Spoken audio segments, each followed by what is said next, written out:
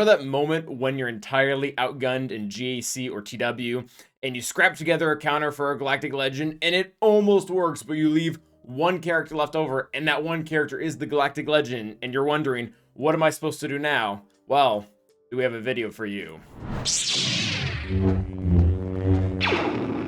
So today's video is kind of brought to you by GAC Insight, which is a tool and or service that you can find at swh.gg. And by I mean it's brought to you by, I mean that's where I got all my data. I'm not sponsored by them. We're not getting like a cut or anything if you guys sign up, but it's just a really good tool.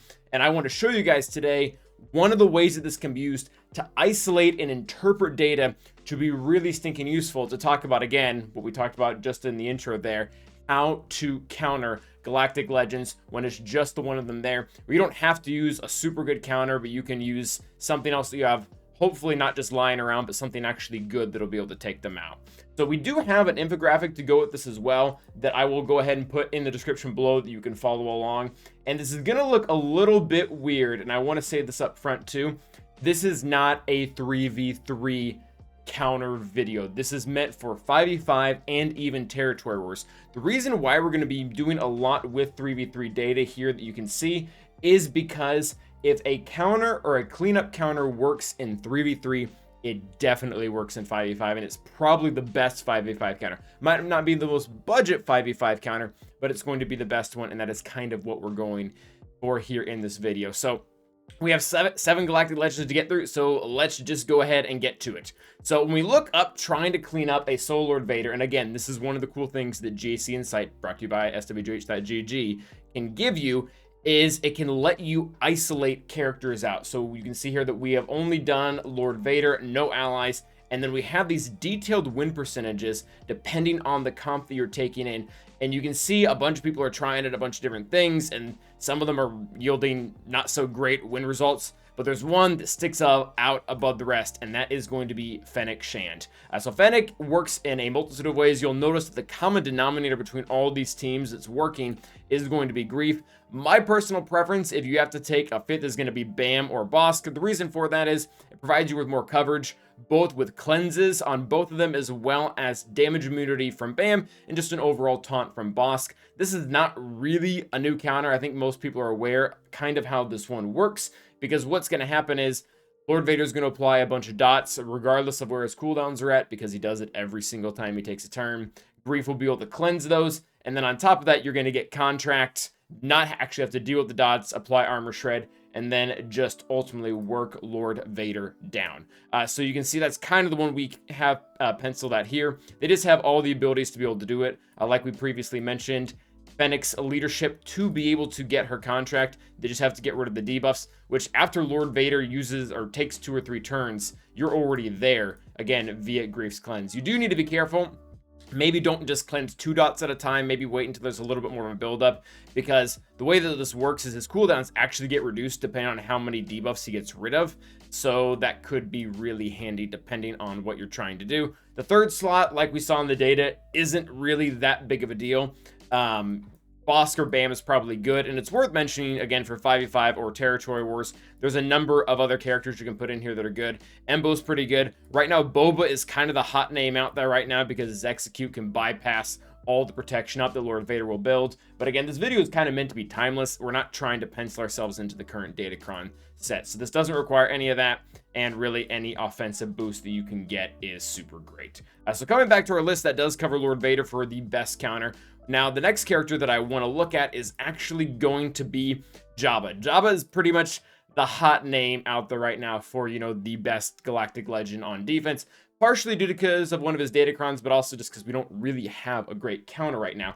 And surprisingly enough, Aphra is doing really stinking well. And now I know exactly what you're saying. Calvin, your data is all screwed up because Aphra had a stupid good Datacron last 3v3 season. You're using incorrect data, you're analyzing this wrong. Well, GAC Insight lets us go down here and lets us cut out a Datacron set. So Aphra's Datacron's here. If we isolate it just to these two and we go back up to our win percentages, 98% win rate, 182 battles, and it never once had to use Aphra's super secret Datacron that no longer exists and that you'll never have access to. So, I mean, you can see here, just how valid this counter is. You don't need the stupid droid Omicrons for 3v3 to take out, you know, your R9 Jabba with whatever, 394% armor. My goodness, does this have armor pen?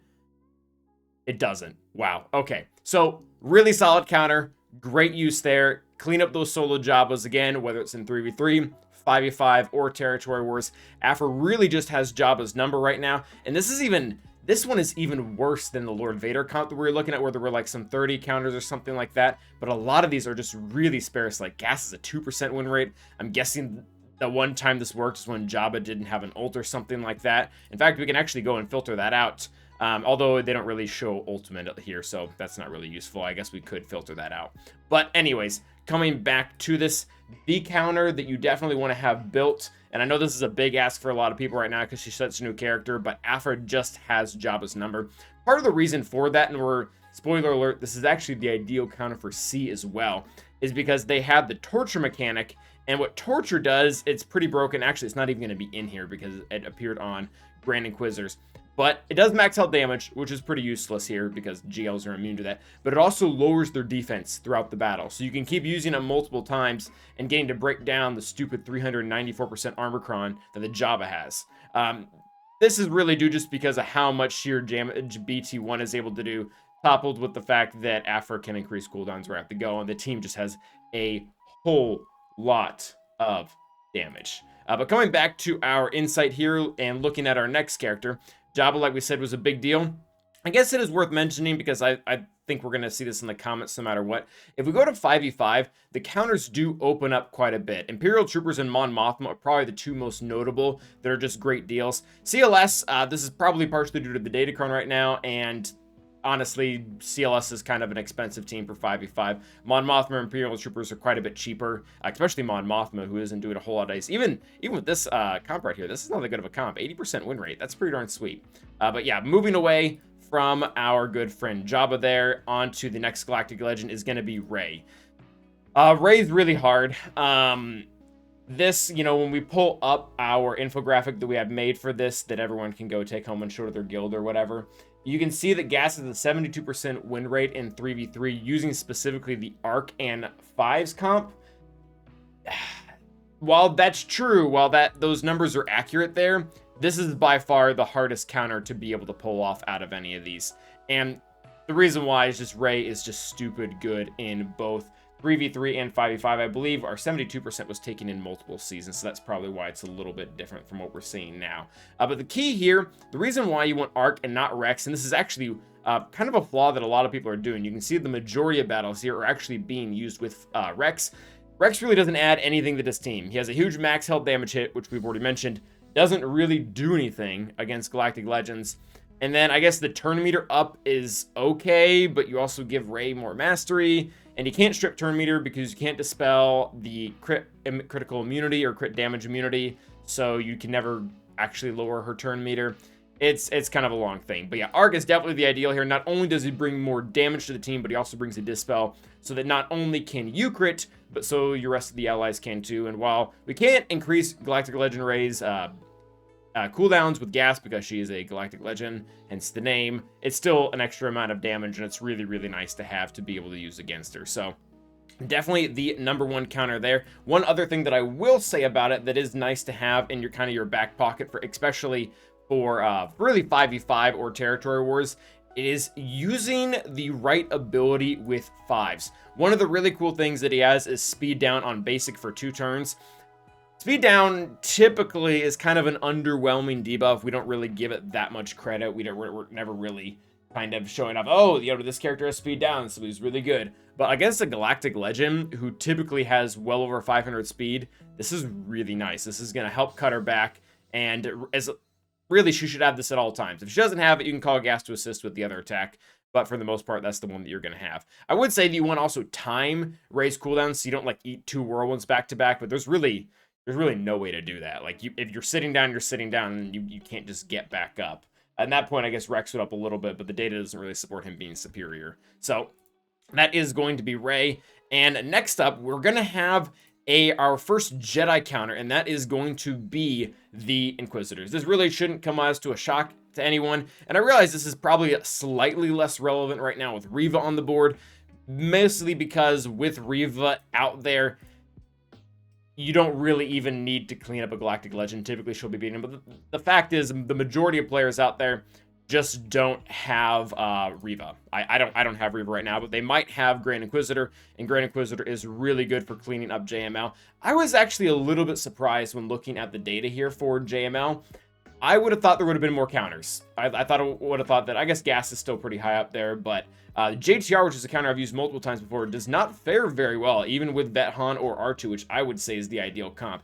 I'm not sure if that's just because more people have R9 than they did when I used to use this solo, but anyways, going back to our friend Grand Inquisitor, I do really like 7th and 5th here. Ideally, I think they're better. Obviously, you can see the win rates don't really care if you use 9th, but the reason I'm anti-9th, I guess you could say, is because he ignores taunt, and her whole thing, that's like her whole kit, is taunting and making sure everyone's dazed, and you kind of already have that done here with 7. So I guess it really doesn't matter. You know, pick and choose which Inquisitors you want to use, but as long as you're using Grand as well as 9th and 7th, you should be fine. And it's probably worth mentioning too, again, this is not using Grand specific cron. You can look at the data crons in here in Insight. These are not like super special things that you're never going to have again.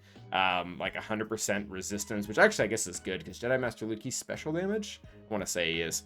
And even if he's not, yeah, these kind of tell the whole story. So Grand Inquisitor, definitely very good there. I guess it's probably worth mentioning, and this is something that I think a lot of people are downplaying. Aphra has huge win rates against all the Galactic Legends right now in cleanups, I think except Rey and Lord Vader. And while she's not the primary counter here, I know that we're talking about her a little bit, but, and again, these are winning without her specific datacron that we were all kind of under the impression is what made her better than, you know, better than garbage, but it's just not true. Aphra actually is pretty good, at least from a geo cleanup perspective. So that is going to take up our JML. Moving on to the next Galactic Legend. This one is actually kind of difficult. Looking at our C squad, what is going to actually work really well against him. And Wampa does really well, but the reason why we're not focusing on Wampa is because he is a very specific GAC counter. That's not really relevant to TW at all. I guess you can remember it if that's good for you. But really, the team that, again, just shines and shines and shines when it comes to taking down a Galactic Legend, it's going to be Aphra. Aphra has a 100% win rate, and right now, that is still including her datacron. But again, if we go down here and we remove, actually, not add it, remove her set and go back all the way up to C, it's still a 100% win rate. You do not need Aphra's datacron to be able to take down a solo C. And this, again, makes a ton of sense from a kit perspective. You have the torture ability, which is going to be able to decrease the defense. But other than that, this team just has so much raw offense. And when C is coming in and he's killing their crits because he's linking them up, BT1 kind of says YOLO and just does a bunch of offensive damage right out to him, being able to take him down. You do not need the Omicrons. Do not put these on, especially BT's ones. Hot garbage for an Omicron if I ever saw one. But overall, still a great counter that you can use to take him down. And other than that, there really doesn't, at least from a 3v3 perspective, there doesn't exist a lot out there that's able to take C down as a cleanup. I think you probably will have really, really good luck when it comes to using General Grievous in 5v5. That's proven to be a pretty solid counter. I think Geos can if you can time the ability blocks right, but overall, again, we're looking for the best counter across the most amount of game modes, and it's going to end up being them. So go ahead and make sure we take those off so we don't mess with the rest of the data. And next up is going to be our good friend JMK. JMK is another character that becomes a little bit easier to counter in 5s. The gas counter, which has a kind of a 50% win rate, as well as Wampa, really don't do so hot in 3v3 just because they really want their allies. Bad Batch is another one, which I can't even see one here, but Bad Batch is another one that does well in 5s. But for 3v3, once again, it's going to end up being Grand. And you can see in here, there's a lot. This is really tainted by Grand Inquisitor's datacron. But again, if we go to the attacking datacron and make sure to cut that out to see what's actually beating this, win rate doesn't really drop. Still 98% success rates, 100% here. Same critique that we had before for Jedi Master Luke. I don't really love 9th here purely because the dude ignores taunt. her whole thing is taunting. I think you're better off taking a damage dealer or someone who can grant your whole team protection up, something like that. So I guess 5th brother kind of fits to the description. 8th also isn't terrible for that. Even 2nd sister's probably just fine. And you can take 9th if you want to. I just don't really think she's adding anything super valuable to the team. I guess the days, if he hits ult, would be kind of be nice, but I don't even know if he gets to ult just with a singular team and with everything that Grand is able to do to him. But looking at that, that only leaves now our good friend SLKR. And this is super weird. This is super weird why SLKR, actually, if you look at him in 3v3, he has the lowest win rate for cleanup. And what's even more awkward is it's involving a counter that is a possible one-shot. So again, let's pull out our good friend here, Supreme Leader Kylo Ren, start looking up his counters. And a lot of these are just abysmal, and it makes sense. He has a 2-turn irresistible stun, and unless the team is immune to stuns, which Star Killer I'm kind of considering a GL, and also they include an Omicron, so it's not really super valid for territory wars. I'll put the infographic down for now. But when we're looking at which one of these actually has the most legs, it is going to be Jedi Knight Revan with Jedi Knight Luke. That just continually comes down there. The third is a little bit debatable as to which one is the best. I'm really surprised these win rates aren't a little bit higher, but then again, I guess SLKR sides don't add a whole lot to it. One really kind of important thing when using this counter is going to be if you have to time Jedi Knight Luke's second ability that has blind onto SLKR, because if you were able to do that, you will keep him from decreasing Jedi Knight Luke's mastery. So one of the great things, whether you're using the Hoda variant or whether you're using the Armor variant, Jedi Knight Luke is basically the one who's going to pull all the weight. But if SLKR can swipe with his AoE while targeting Jedi Knight Luke, he will take this really cool accuracy mastery and he will put it in the ground and reverse it to the point where Jedi Knight Luke can't even hit him. So one of the things that you want to be able to do, again, Stalwart Advance, you want to use this, you want to know where SLKR's cooldowns are, and then right before he uses the AoE, you want to be able to land blind, because if he's blinded, he can still use his AoE, he can still increase his own mastery, SLKR being, but he can't actually decrease Jedi Knight Luke's accuracy if he can't hit him. So that's a pretty important detail, because that'll really completely destroy that counter.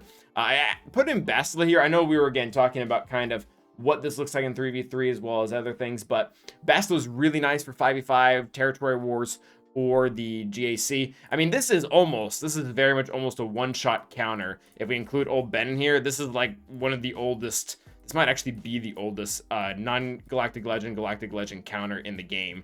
I don't know where my other area is, Old Ben. But Bastila, the reason why she's really nice, regardless of what you're doing, is because she has an ability block on basic. So you don't really have to worry about that whole annoying, like, timing the blind correctly on SLKR to make sure he doesn't do funny things, because Bastila's ability block makes sure that he doesn't use it every single turn, and she has a ton of potency. Like Jedi Knight Luke, you have to worry a little bit about him landing the blind. With everything that Bastila gets in here, specifically this, where she just gets 70% raw potency added on to whatever her kit already has, it becomes very hard for SLKR to start to resist. Actually, I don't even know if it is resistible, her basic ability here, just before I check myself before I wreck myself.